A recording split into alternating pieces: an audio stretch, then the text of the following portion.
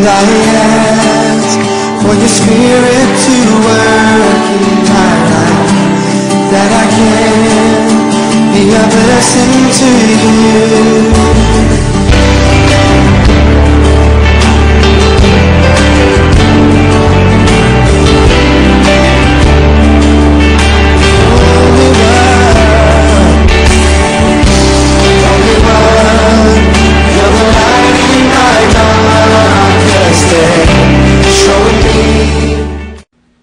Ang karapatan na subukan si Job. Remember this, that God never tempts anyone.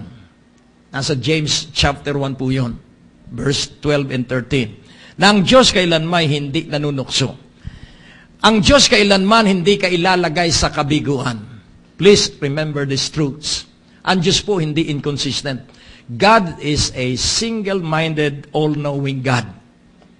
Isip-isipin mo po, ikaw ba ang anak mong pinakamamahal ay bubuhusan mo ng kumukulong tubig? Hindi po. Puprotektahan mo pa pag may nagbuhos. Tama po ba? Ngayon, pansinin po natin, God is single-minded and consistent. Ibinigay niya ang kaisa-isa't bugtong niyang anak para ikaw at ako ay iligtas. At saan tayo naligtas? Sa kasalanan, sa sakit, sa kahirapan. So yun po yung kaligtasang natanggap natin nung araw na tanggapin natin si Jesucristong Panginoon at tagapagligtas. Ngayon, ang Diyos bang napakatalino ay ibabalik ka sa kahirapan, ay iniligtas ka na nga sa kahirapan? Ang sabi ng iba, kaya siya ay nagdaraan sa hirap dahil gusto ng Diyos na makitang siya ay mapagpakumbaba.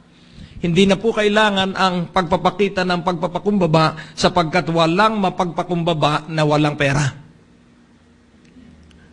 Hello? At napakahirap pong kausap ng isang taong may nadaramang matinding kirot sa kanyang katawan.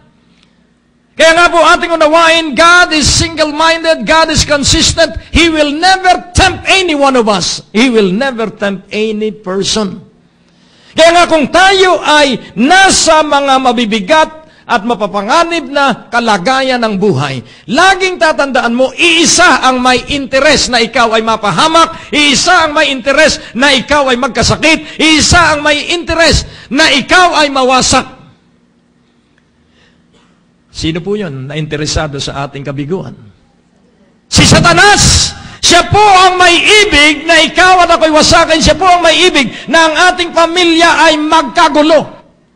Kaya pag may gulo sa aking sambahayan, ang aking kinakaharap agad ay ang Diyos at aking tinatanong agad, saan ako nagkamali? Because as the head of the family, my family, I am responsible and accountable pag magulo ang aking pamilya. Hindi po iba. Hindi ko pwedeng ipasa ang aking katungkul at pananagutan kung kani-kanino. Sa opisina ng isang presidente ng Amerika, may nakalagay na isang quotation sa likuran ng kanyang inuupuan. The buck stop here. B-U-C-K. The buck stop here. Nang ibig sabihin, I am fully responsible for all my decision. Kaya yung lahat ng aking pasya, anuman ang maging epekto nito sa akin, there is no one to blame but me. Because I am the head of my household. Kaya nga po ating unawain, kailangang magkaroon tayo ng conviction na ang Diyos ay nasa panig natin. Hindi pwedeng kalaban natin ang Diyos. If God be for us, who can be against us? Hindi pwedeng ang Diyos ang makalaban natin na ikaw ay paghihirapin, na ikaw ay bibiguin, na ikaw ay lalagyan ng sakit. Hindi Diyos ang pinagmumula nun. Kaya nga kailangan na pag dumaraan tayo ng pagsubok, sabihin natin, pinupuri kita Panginoon. Kaya ang sabi ni Job nung siya ay batbat ng pig sa mula ulo hanggang talampakan, ang sabi niya at akala niya Diyos ang sumusubok sa kanya. No, it is not God. Never, never. It was not God. So, ang sabi niya, though you slay me, yet I will still praise you. Kaya nga po ating pansinin, siya po ay nanatiling nagtitiwala sa Diyos kahit ano ang circumstances na nangyayari sa kanya. Siya ay patuloy po sapagkat hindi niya pinag-alinlanganan ng katapatan ng Diyos. Tapat ang Diyos at hindi siya sisira doon sa kanyang katapatan. Tapat ang Diyos at ang kanyang pangako ay kanyang isasagawa. Tapat ang Diyos at ang kanyang mga salita ay kanyang gagawin. Kaya nga po ating unawain, hindi galing sa Diyos ang sakit at hindi ka rin niya lalagyan ng sakit sapagkat kung siya ay Diyos na naglalagay ng sakit, bakit pa niya sasabihin, a merry heart doeth good like a medicine? Bakit pa niya sasabihin na ako ang dakila mong manggagamot? Ibig ba sabihin, ang doktor ang naglagay ng sakit sa isang tao para siya ay may tatrabahuhin at para siya ay may kikitain? Hindi po. Ang doktor po ay pinahintulot ng Diyos na maging doktor ang isang tao para gamutin yung mga epekto ng pagkakamali ng tao. Kaya nga po ating unawain, God will never tempt any one of us. Kaya kung ikaw sa kabiguan, ang harapin mo ay hindi po ang iyong sarili, ang harapin mo muna ay ang Diyos. And then inquire. And then ang pangalawa, sansalain mo. Resist the devil and he shall flee from you.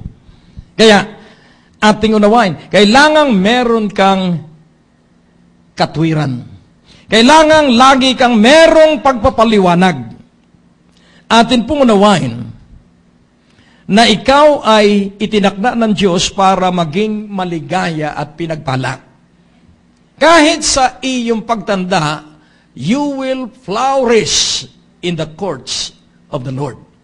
Ikaw ay magiging maunlad sa lugar ng Panginoon. Kaya nga, unawain mo mabuti. Tatayo ka sang-ayon sa salita ng Diyos.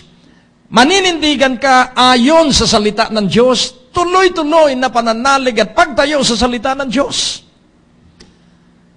Amen po ba?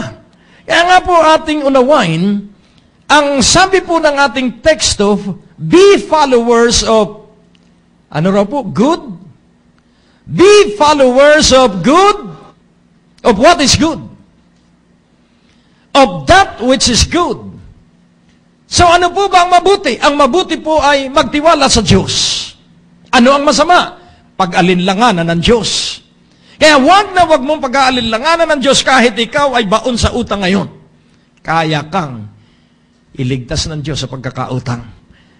Kahit na hindi ka pa gumagaling sa anumang sakit at karamdaman, kaya kang pagalingin ng Diyos.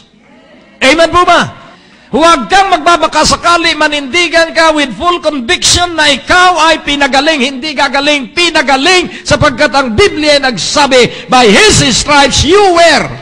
Ano po ba ang you were? If you know the right grammar and the right tenses, you will understand na bago ka pa magkasakit, magaling ka na. By His stripes you were healed. At huwag mong titingnan ang iyong kasalanan sapagkat nung humingi ka ng tawad, kinalimutan na yun ng Diyos. Pinatawad ka at kinalimutan yun ng Diyos. Kung may mag-alinlangan sa iyo, huwag mo silang pansinin sapagkat it is between you and God. Amen po ba? As long as you remain with good conscience, ang Diyos ang may alam. Kaya nga if you will always canvass of what people think of you, pag yung lagi nga alamin, ano kayang iniisip ng boss ko? Ano kayang iniisip ng kaibigan ko? Ano kaya, makikita mo na ikaw ay magkakaroon ng paranoia. Ano po ang paranoia? Ang isa pong taong nasa paranoia ay paranoid. At ang paranoid po, ang ibig sabihin ay parang iniisip niya na siya ay ikini-criticize, na siya ay sinasabihan ng ganong kahit walang katotohanan. Nais ko pong ipaunawa sa iyo